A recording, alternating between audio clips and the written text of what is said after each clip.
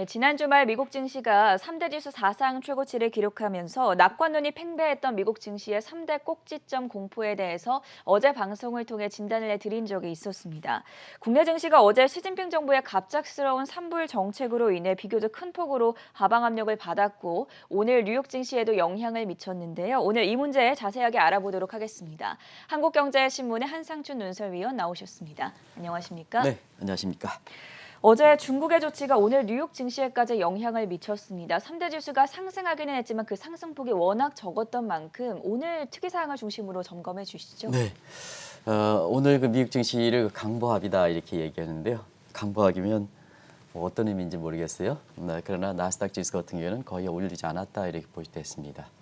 아무래도 그 나스닥 지수를 그 3대 지수, 다우 지수보다 많이 얘기하는 것은 테슬라라든가 이번 주에는 그 대형 기술주들의 실적 발표가 이렇게 줄려 있지 않습니까? 네. 그리고 시간이긴 하지만 테슬라의 그 실적도 발표되기 때문에 나스닥 지수가 지난 그 주말에 이어서 그렇게 큰 폭으로 오르지 않는 것은 이렇게 우리 그 국내 이렇게 서학개미분들 입장에서는 수익률 개선에 큰 폭으로 개선되지는 못하는 이런 사상 최고치 행진이다 이렇게 보게 됐습니다. 오히려 지금은 어제도 이제 말씀드렸습니다는 이 모든 종목을 좀 같이 함께 보는 이런 ETF 상품, 예를 들어서 뭐 글로벌 테마세 같은 ETF라든가 이런 쪽이 하는 것이 미국 증시를 그 이렇게 수익을 높이는 방안이다 하는 것을 다시 한번 좀 말씀드리고요. 오늘은 중국 문제가 미국 증시에 영향을 받지 않았다면 여러 가지 미국 내 재료로서 이렇게 보면 다우존스 지수는 최소한 100포인트는 올렸다. 이렇게 월가에서 평가하고 있습니다. 아무래도 사실 오늘 그 미국의 그 3대 지수가 소폭 그 상승하는 데 그쳤던 요인은 중국 요인이 컸다. 이렇게 이제 보시면 되겠습니다. 일단 그 시진핑 정부가 어제에 우리도 이제 이런 내용들이 앞으로 계속해서 주목을 끌 것이다 하는 걸 말씀드렸는데요. 우리가 테크래시, 빅테크 기업에 대한 규제 네. 아마 심도 있게 좀 말씀을 드렸었고요. 주도하는 국가가 중국이다. 이것이 사실 글로벌 증시에 어떤 영향을 미칠 것이냐 하는 측면에 한국도 어제 카카오뱅크가 이렇게 청약 첫날이었습니다는 이 문제가 앞으로 카카오그룹과 관련해서도 계속해서 문제가 될 거로 이렇게 봅니다. 그래서 그 빅테크 기업에서 사교육까지 금지하는 조치를 했습니다. 그러다 보니까 사실 지난 4월에 가상화폐 금지과 함께 산불 정책이다. 네. 그러니까 빅테크 금지, 사교육 금지, 그 다음에 가상화폐 금지해서 중국에서 그 잘 활용하고 있는 산불 정책이다 이런 표현을 쓰는데요. 어제 충격이 컸던 것 같습니다. 상해 지수 2.3%, 홍콩 항생 지수는 4.1% 폭락해서 중화경제권 증시들이 좀 상당히 좀 안 좋았고요. 네. 그다음에 오늘도 그 영향을 미쳐서 우리 그 이렇게 캐서분께서 계속해서 비춰주고 있습니다. 뉴욕에 상장된 이런 중국 기업들의 주가가 아주 안 좋습니다. 그렇죠. 그래서 사교육과 관련돼서 TAL, 탈 그 에듀케이션은 71% 정도, 가우트 같은 경우는 63%, 뉴오리엔탈 에듀케이션 같은 경우는 54% 정도 큰 폭으로 떨어졌고요. 그다음에 뉴욕의 그 나스닥 지수라든가 이런 측면에 직간접적으로 영향을 미치는 알리바바, 텐센트, 디디추이, 여기 빅테크 기업이죠. 알리바바가 비교적 큰 폭으로 떨어졌습니다. 네. 하루이죠 이게? 네. 그래서 큰 폭으로 떨어져서 사실 그 전체적으로 미국 증시에도 이렇게 영향을 미치는 이런 모습을 보였다 이렇게 됐습니다.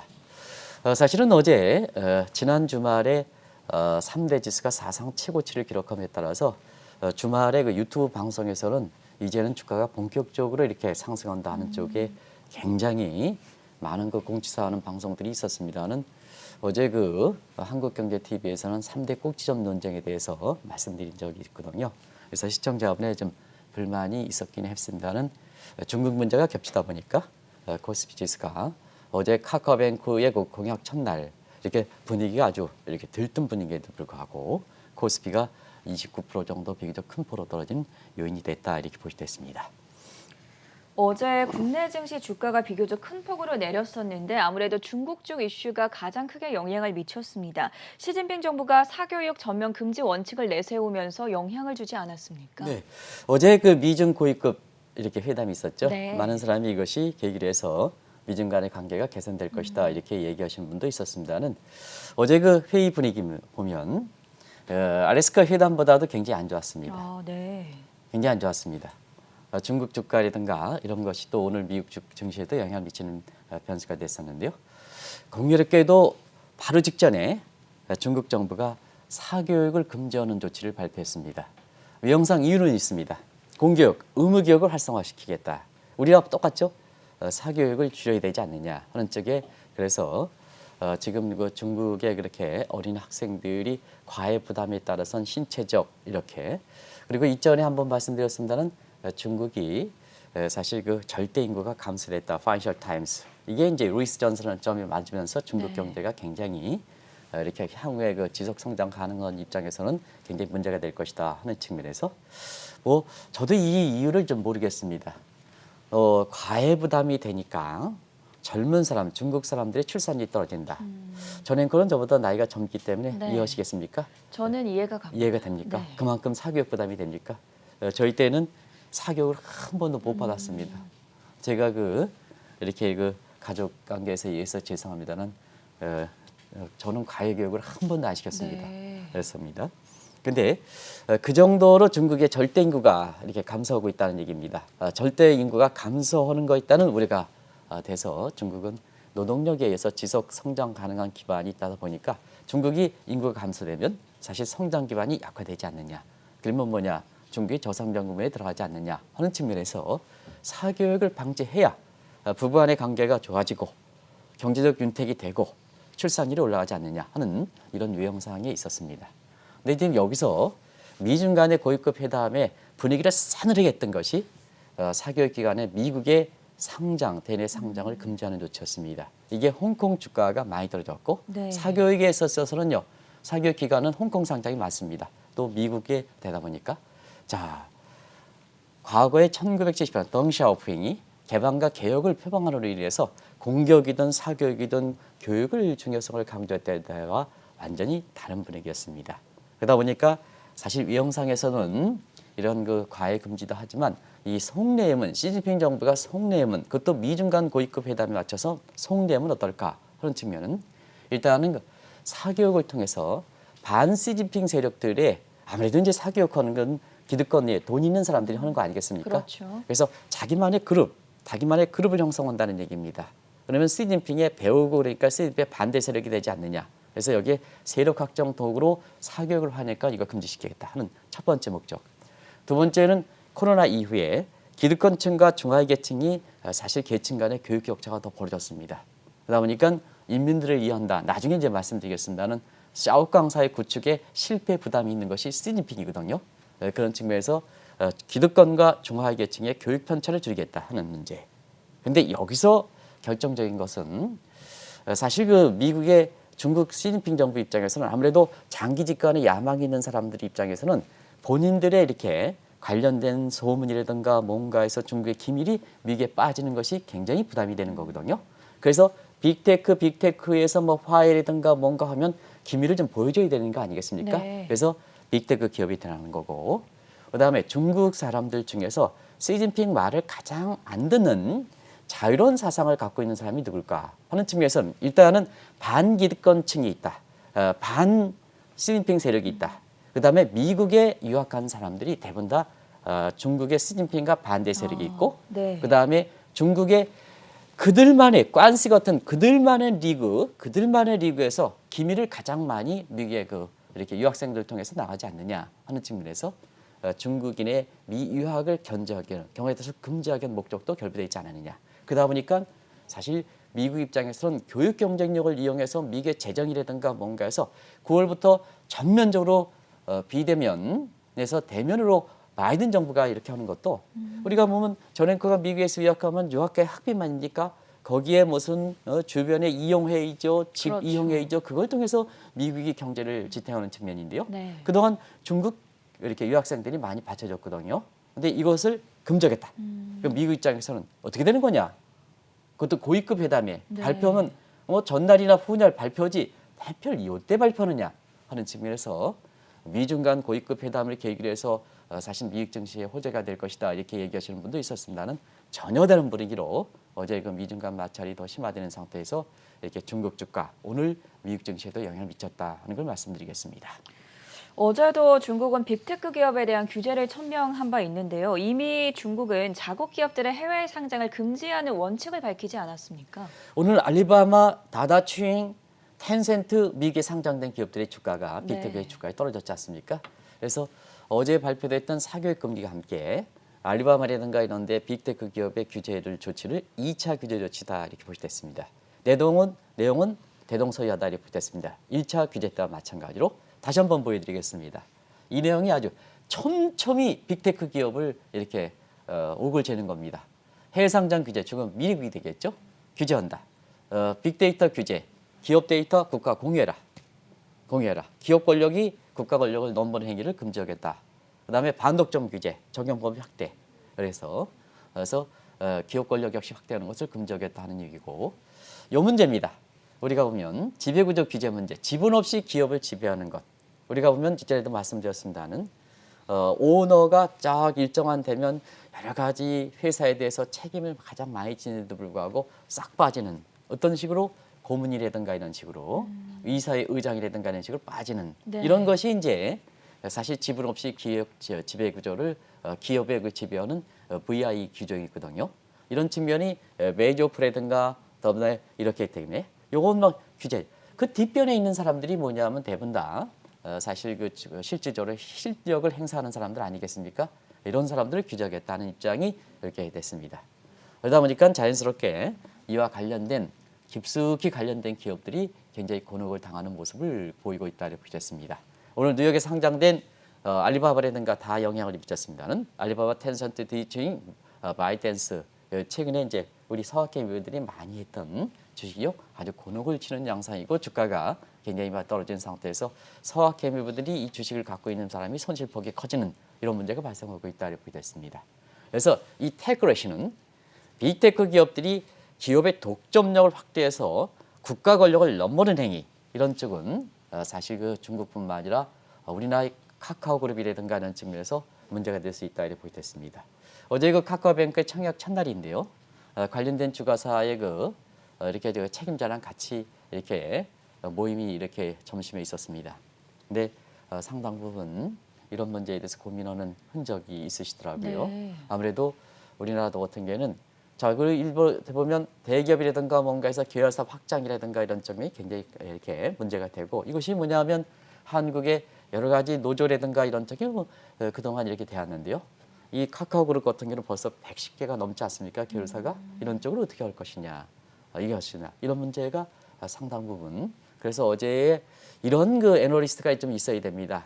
이렇게 해서 특정 그 기관의 애널리스트가 이렇게 되지 않겠습니다는 얘기하기 어렵습니다는 어제 청약 첫날인데도 불구하고 사실상 자기 소신 있는 그것이 맞든 안 맞든 간에 소신 있는 보고서로 인해서 청약 첫날에 굉장히 좀 분위기를 싸늘하게 하는 이런 것이 테크레시와 맞물려서 이렇게 우리 주가도 어제 떨어뜨리는 요인으로 작용했다 이렇게 보겠습니다.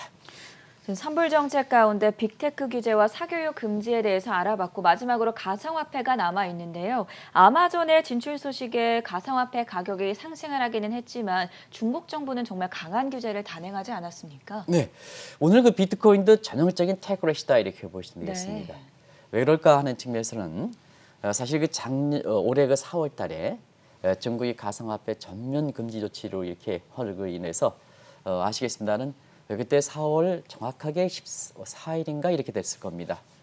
비트코인 주가가 6만 5천 달러 이렇게 가면서 네. 그 위에 중국 조치로 인해서 많이 떨어졌던 겁니다. 이 그래프를 좀 이게 작은정 3개월 PD, 기준 그래프입니다. 작은정 PD 오늘 그래프를 좀 일중 그래프를 좀 같이 보여드리겠습니다. 테크레시를 보기 때문에. 그래서 오늘은 비트코인 가격이 한때는 4만 달러 갔습니다. 네. 왜 그럴까? 두 가지 호재가 있었습니다. 일단 캐시우드가 이게 그 일론 머스크와 함께 사실상 캐시우드가 비트코인과 직접적으로 관련 있는 테슬라 주가가 테슬라에 대해서 굉장히 빅테크 기업에 대해서 잘못 판단하고 있다 하는 밸류 트랩 문제를 얘기했습니다. 가치 함정 문제를 얘기했습니다. 밸류 트랩 문제. 그래서 이것을 미래 잠재 가치를 옳게 평가해야 된다 하는 측면에 그래서 테슬라 주가가 오늘 그 장중에 이렇게 올랐던 상황이거든요. 장외 시장의 문제는 조금 이따 좀 말씀드리겠습니다. 그래서 오른 상태, 캐시우드의 호재가 있는 상태에서 이것이 가상화폐에 연결되어 있는 가상화폐의 이렇게 가격 상승에 원인이 되고 있다 이렇게 볼 수도 있고요. 두 번째는 아마존이 가상화폐 시장에 가상화폐 시장에 진출하겠다는 시각은 시청자분이 어제 다 아실 겁니다. 그래서 비트코인이 4만 달러 갔습니다. 근데 사실상 그 아마존에서 가상화폐 시장에 진출하겠다 하는 입장이 그러면 자 파월 의장 입장에서는 지난번에 그 상원증언에서 센트럴뱅크 디지털 커런시 중앙 입장에서 디지털 통화를 이렇게 디지털 달러죠 만든다 하면 가상화폐 불필요하다 하는 입장을 냈습니다. 이에 반대해서 자 상징성 있는 네트워크에서 가장 강점을 갖고 있고 어떻게 보면 지금의 허스면 허핀달 지수를 만들게 했던 아마존의 이 문제에 대해서 가상화폐 진출하겠다. 그러면 파월 의장 센트럴뱅크 디지털 커런시에 가서 하는 게 정면으로 반발하는 거죠. 그러다 보니까 오늘 그 4만 달러에 가다가 아마 6시 5시 30분 된 4만 달러를 이렇게 됐을 겁니다. 그에 비트코인 가격이 떨어지고 있습니다. 어떻게 3만 7천 달러로 3천 달러 정도 떨어졌습니다. 예. 왜 그럴까? 그래 아마존 진출에 그러면 뭐냐? 조만간 미국의 정부 입장에선 반항하다 보면 센트럴뱅크 디지털 커런시 입장에서 더 강하기 위해서 가상화폐라든가 이런 불필요한 조치가 나올 거다. 그래서 4만 달러 가다가 3천 달러 떨어져서 지금 3만 7천 달러로 가는 겁니다. 이게 바로 테크래시다 이렇게 볼 수 있습니다. 서로 기량 세력, 중앙정부와 빅테크 기관의 기량 세력이다 이렇게 볼 수 있습니다.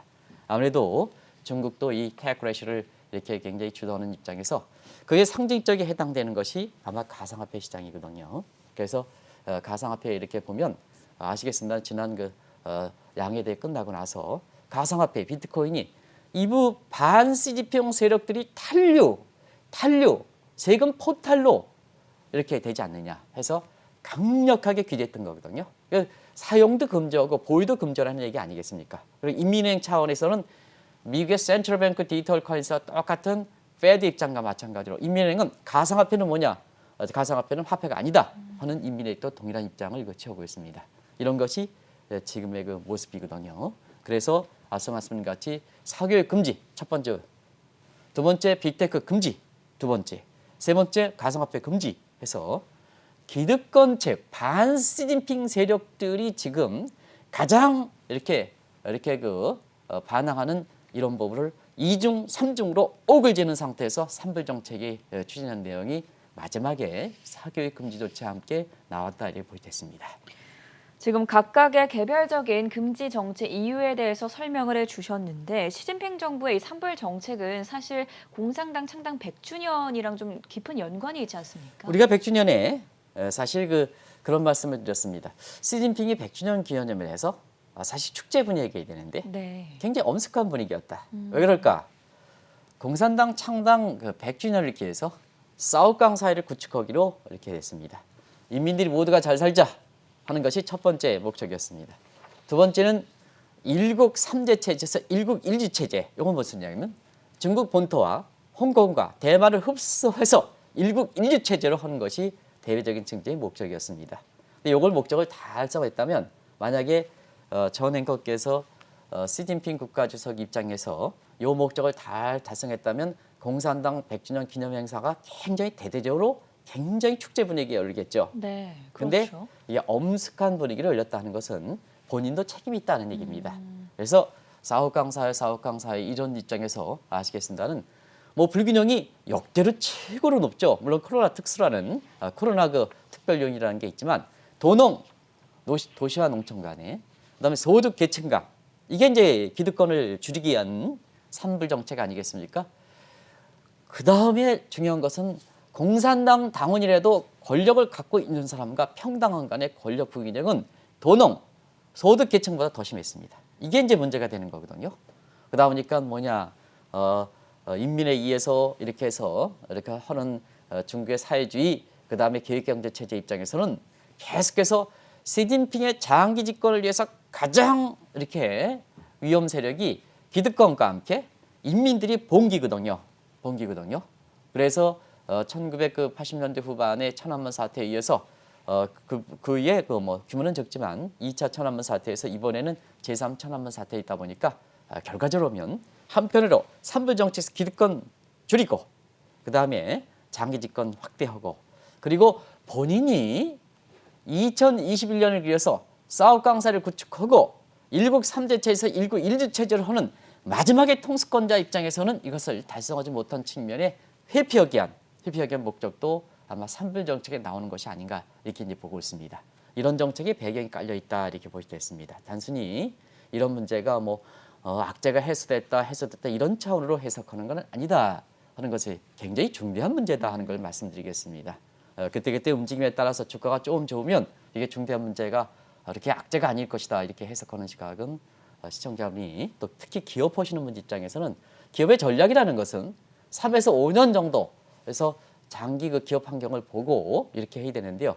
이런 문제를 증시적 측면만 해석하다 보니까 주가가 떨어지면 악재입니다. 주가가 조금 떨어지면 조금만 이렇게 되면 이렇게 악재가 아닙니다. 호재가 될 겁니다. 이렇게 해석하는 것은 굉장히 잘못되어 있다.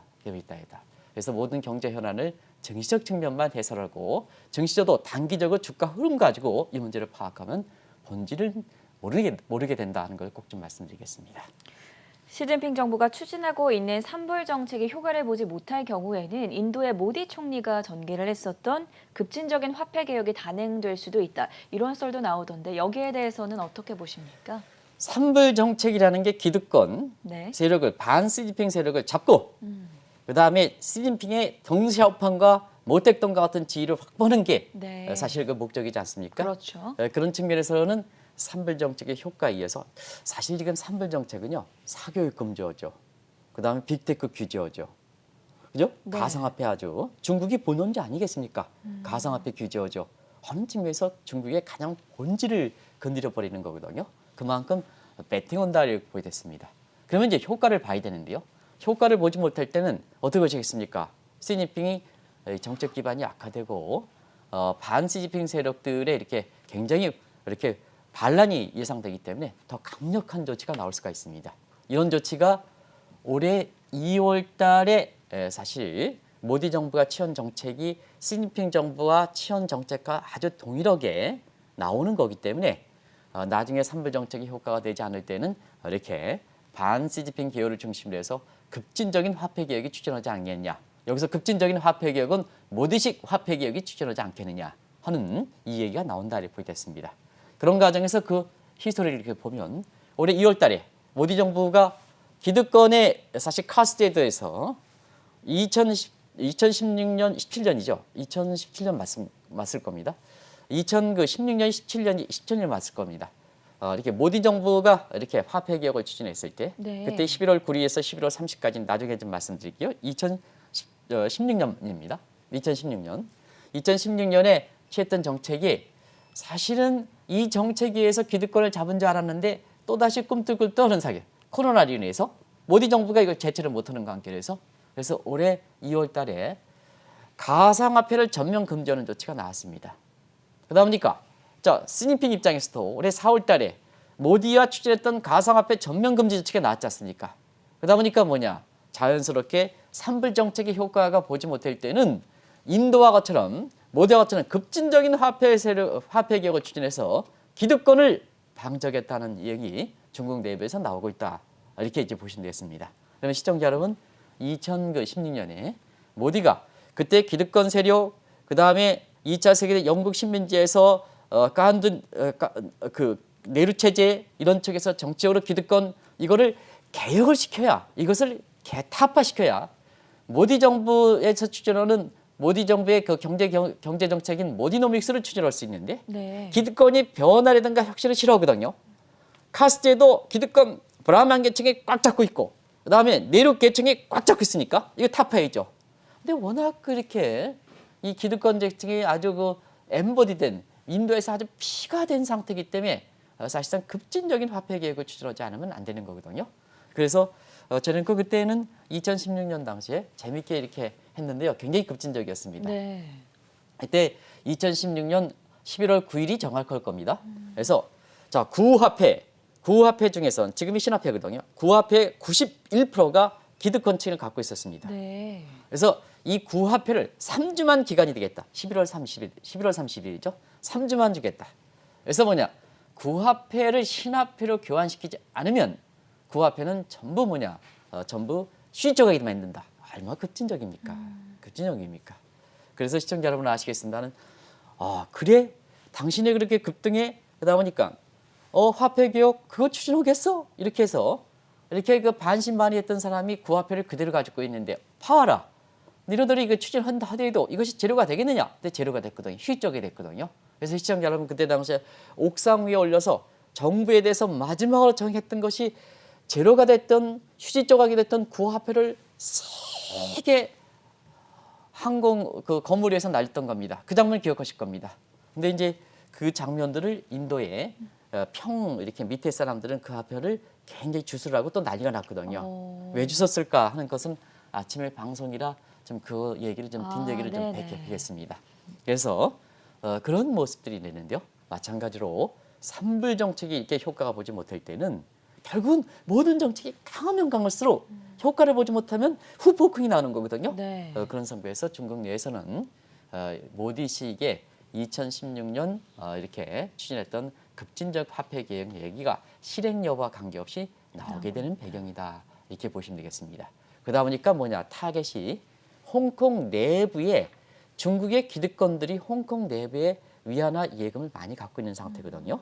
그래서 뭐냐 홍콩을 편입시키겠다는 것이 지난번에 사실상 작년에 그 6월 30일 날 네. 이렇게 보안법 실시 1년이 6월 30일이었었죠. 그때도 우리가 점검해 드렸습니다는 이제는 홍콩의 금융시장 모습을 완전히 상해로 지금 상해로 완전히 위안화 개방을 자유화시키지 않습니까? 그때 내용이 지금 실행에 옮겨지지 않습니까? 한 달 후에 위안화의 그 자유화 계획을 이렇게 상하지어서 실시하겠다는 것이 엊그제 외신에서 크게 나왔습니다. 그런 게 이제 그런 배경이거든요. 그러다 보니까 중국의 그 기득권들 이렇게 예금이 많이 갖고 있는 홍콩 시장이 어제 교육기관의 주식과 함께 굉장히 크게 폭락한 거다. 이렇게 중국의 조치긴 하지만 중국의 상해 지수는 2.3% 올라가고 홍콩이 4.1% 폭락한 것도 바로 그런 배경이 되고 있다. 그런 원인 인과관계가 갖고 있다는 걸 말씀드리겠습니다. 사실 시진핑 주석이 올해 3월에 열렸던 양회 대회에서부터 중국을 재탄생시키기 위해서 대대적인 정책 변화를 예고한 바 있었는데 실제로 어떤 전략들이 취해지고 있습니까? 시진핑 입장에서는 이전에 그 사우강사를 구축하자. 네. 일국일체 체제를 하자. 마지막 통선 과정에서 이걸 못 치렀지 않습니까? 그러다 보니까 완전히 이전의 통수권자를 지우기 하는 거죠. 지우기 하는 거죠. 네. 지우기에서 뭐냐 정책적으로도 완전히 중국이 정책적으로도 새로운 정책을 모색하는 거다. 마찬가지로 인도와 마찬가지로 화폐 개혁이 왜일까? 모디노믹스를 추진하기 위해서는 기존의 정책을 지워버려야죠. 그런 과정에서 화폐 개혁 얘기가 나오는 거다 이렇게 됐습니다. 이미 그 중국의 그 시진핑 국가주석과 그 스텝 계층은요 주도 면밀하게 되고 있습니다. 벌써부터 사실상 어제 그 사교육 그 교육 조치가 나오기 전까지 이미 중국은 완전히 올해 3월 양에 대해서부터 이전에 국가주석이 추진했던 정책을 완전히 대전환을 모색하고 있죠. 그 내용들을 알아보겠습니다. 3월달에 전인대 이렇게 정협과 전인대 양회대를 통해서 성장 전략을 완전히 수정해 버렸죠. 1978년 개방과 개혁을 표현해서 지향적인 대외 정책, 이 정책에서 완전히 내수제 쌍선 정책. 예. 그다음에 세계 가치 사슬의 중심으로 하는 홍색 고금방 정책을 3월달 양회대 경제적 측면에서 확정시키는 전인대에서 확정시켰죠. 요게 싹 해서 공산당 100주년 7월 1일이죠. 100주년 행사 때 중기가 안고 있는 캐치프레이즈를 완전히 바꾼 겁니다. 그게 뭐냐? 지난 그 국가 통수권자들은 뭐냐면 샤오강세, 인민이 모두가 잘 살자 하는 샤오강세를 굉장히 큰 목표를 했습니다. 근데 이거 달성하지 못했다. 가져가면 2035년에도 이 샤오강세에서 중국들의 인민들의 계층과 불균형 문제를 평등화시켜 더 어렵게 된다. 그거 어떻게 가져가느냐? 장기 집권 약화시키는데 그래서 완전히 중국몽으로 했던 겁니다. 중국몽 아시겠습니다. 중국몽은 뭐 중국 특징의 사회주가를 중요하는 거죠. 세계화하면서 그리고 세계 그 경제력 제2를 바탕으로 해서 파크스 시니카즈를 구축하는 거죠. 그래서 파크스 아메리카와 파크스 시니카 체제를 이렇게 해서 교체시키겠다는 입장이죠. 결과적으로 보면 이런 것을 토대로 해서 시진핑이 마오쩌둥과 그다음에 오택동이 반열에 올리겠다 하는 입장이 그 실행 과정에서 여러 가지 입장에서 계획적인 측면에서는 14차 5개 연경 2021년에서 그다음에 2030년까지 장계획을 추진하는 거고 그다음에 그 실행하는 과정에서 완전히 새로운 정책이니까 이거 수용하지 않습니까? 수용하면 기득권이 갖고 있는 갖고 있는 사람은 기득권을 위해서 변화 혁신을 저항하니까 이게 저항을 방지해야지 이렇게 그 새로운 정책들을 실행에 빨리 옮겨질 수 있는 거 아니겠습니까? 그런 과정에서 사실 산불 정책을 추진하는 이런 상황이다 이렇게 보시면 되겠습니다. 매우 일부이기는 하지만 일부에서는 최근 들어서 한국이 중국의 경제 식민지가 되고 있다. 이런 시각도 나옵니다. 여기에 대해서는 어떤 의견을 가지고 계시고 또 저희가 지금까지 짚어봤던 산불 정책이 과연 한국 증시나 경제에는 어떤 영향을 미칠 것이라 보십니까? 언제부턴가 인터넷의 클릭 수가 이렇게 돼서 높은 것이 이제 한국이 중국의 경제 식민지가 됐다 네. 하는 이 표현입니다. 이게 이제 자극성 있는 표현이기 때문에 우리 국익을 생각하지 않고 이런 표현들이 나와서 그러다 보니까 당연히 독자 입장에서 거의 클릭해서 클릭수가 1등이 되는 네. 상태인데요. 국익적인 관점에서 이런 중국의 경제 식민지가 됐다 하는 이 표현을 쓰시는 분들은 신중을 기할 필요가 있는 게 아닌가 하는 생각이 듭니다. 정말로 한국이 우리 국민들이 오유구한 역사를 갖고 있으면서 지금 현 정부에서는 다소 좀 흐트러뜨리고 있다 하더라도 이런 표현이 나올 수가 있느냐. 과거에 일본의 일본의 통치권의 지배를 받은 사항이고 역사적으로 가장 치욕적인 사항이고 그다음에 경제적 측면에서는 1997년 IMF의 신탁 통지가 받은 입장에서 일부 사람들이 최근에 중국의 경제 관계가 높고 문재인 정부가 잘못한다고 해서 경제 식민지가 됐다 하는 이런 표현은 좀 자제하실 필요가 있는 것이 아닌가 생각합니다. 뭐든지 뭐냐 독자의 클릭스보다는 사실 국익을 생각하는 것이 가장 중요합니다. 이 문제를 그렇습니다. 근데 산불 정책이 이런 문제와 관련해서 왜 그러냐면 아무래도 경제 식민지라고 표현을 했던 것은 잘못된 거지만 중국의 영향권을 많이 갖고 있다 하는 것은 사실이다 이렇게 보겠습니다. 그래서 제가 개인적으로 이렇게 얘기하면 중국의 윈블던 현상이 심해졌다 이런 표현이 적절한 것이 아닌가 생각합니다. 일부 학자들이 중화경제권에 속해 있다 한국이 이 표현도 좀 개인적으로 보면 좀 유연스러운 표현인가 아닌가 생각합니다. 중국의 영향권이 있긴 하지만 그것이 중국의 화려한 화자를 쓰지 않습니까? 화려한 화자를 쓰지 않습니까? 중화경제권이. 그 내용을 보면 소신 있는 학자들이 우리 후손 세대를 생각한다면 그리고 일제 시대 식민지 시대가 중국으로 원인을 제공한다는 측면에서 보면 지금 이렇게 아무리 현 정부가 잘못한다 하더라도 그런 표현은 좀 이렇게 자제하실 필요가 있는 게 아니라 학자로서는 최소한의 양심이지 않느냐 하는 생각이 듭니다. 그리고 유튜브 방송하는 사람들 클릭스 생각해서 한국의 식민지가 됐다. 이것도 굉장히 건절할 필요가 있느냐. 유튜브 좀 감독 좀 했으면 좋겠습니다. 좀 이런 게. 클릭스만 생각하고 본인의 인기만 생각해서 미국의 삼성전자, 10만 전자 간다 이렇게 얘기하는 사람들은 좀 규제할 필요가 있지 않느냐 하는 생각이 듭니다. 그래서 그런데요. 어쨌든 한국은 그런 표현이 최근에 유튜브 클릭스에 굉장히 높게 올라가가지고 제가 그걸 말표현도 우리 후손 세대를 생각하고 그렇게 얘기해야 됩니다. 이렇게 심각한 심오한 뿌리를 갖고 있는 산불 정책이 주가 모습이 조금 개선된다고 해서 우리 증시의 악재가 아니다. 그렇게 되길 바랍니다. 근데 그렇게 되면 중국의 사교육 금지합니까? 빅테크 규제합니까? 하루 사이에 악재가 호재로 되는 요일을 이렇게 하면 주가 관점에서 해석하면 안 된다는 걸 꼭 좀 말씀드리겠습니다. 그런 과정에서 산불 정책은 왜 이렇게 우리 증시에 영향을 받긴 하는데요. 어제 코스피 마찬가지로 많은데요. 왜 그럴까 하는 측면에서는 우리가 반성할 대목도 좀 있어야 되지 않느냐.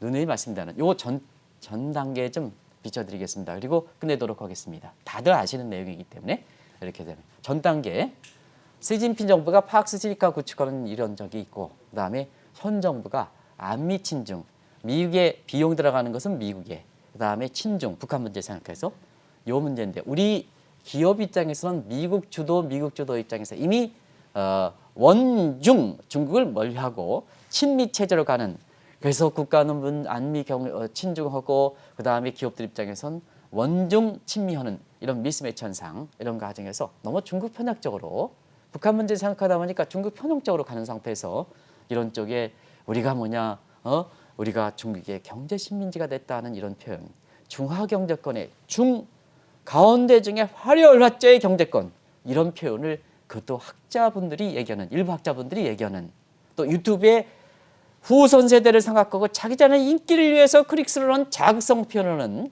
이런 사람들이 사실은 우리 그분들도 한국 사람입니다. 한국 사람입니다. 그래서 지금 뭐냐 그런 표현을 국익적 관점에서 좀 이렇게 생각해 주십사. 국익이라는 것은 문재인 정부의 이익이 아닙니다.